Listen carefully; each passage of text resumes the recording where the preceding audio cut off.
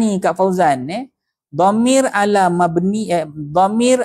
mabni sukun fi mahalli raf'i fa'il. Dia maksudnya gini ini terjadi kepada isim yang mabni. Contohnya isim yang mabni, katalah isim yang mabni. Jap ni saya nak attend kakak yang tanya ni. Jap tuan-tuan Alright. Katalah kalimat tu isim ni, ni isim kan. Dia isim yang mabni ni. Dia isim yang mabni. Ya. Katalah isim dhamir. Isim dhamir kan.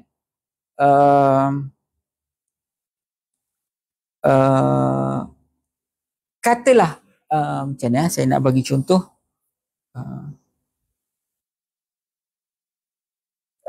Katalah kalimat isim dhamir tu dia jadi mubtada.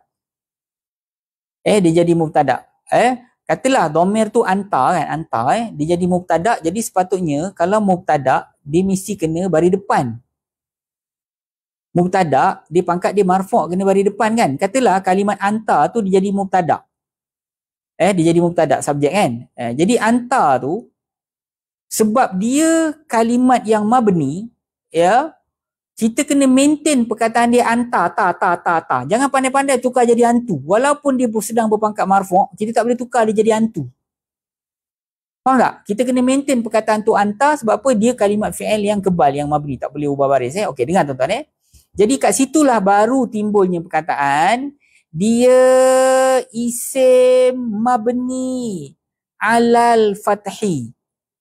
Marfu' bisababi mubtada. Macam tu.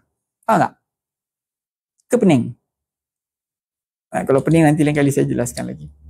Dia hanya terjadi kepada kalimat isim yang mabni saja. Jadi isim mabni tu kadang-kadang dia mubtada kena baris depan, tapi sebab dia mabni tak boleh berbual antu. Anta lah. Jadi dia kebal dengan baris atas. Ni mabni alal fathi.